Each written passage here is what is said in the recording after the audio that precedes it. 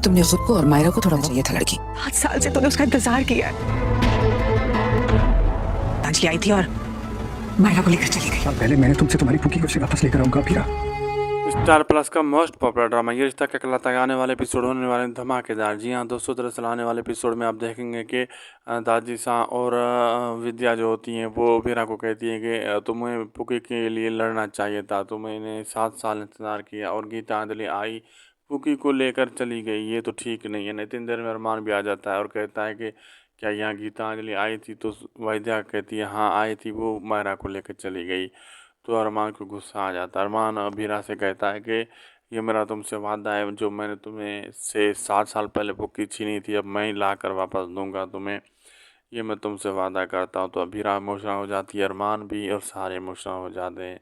अब आगे देखना मज़ेदार होगा क्या क्या होने वाला। वीडियो चलेगी तो लाइक शेयर सब्सक्राइब जरूर करिएगा हमारे इस यूट्यूब चैनल को।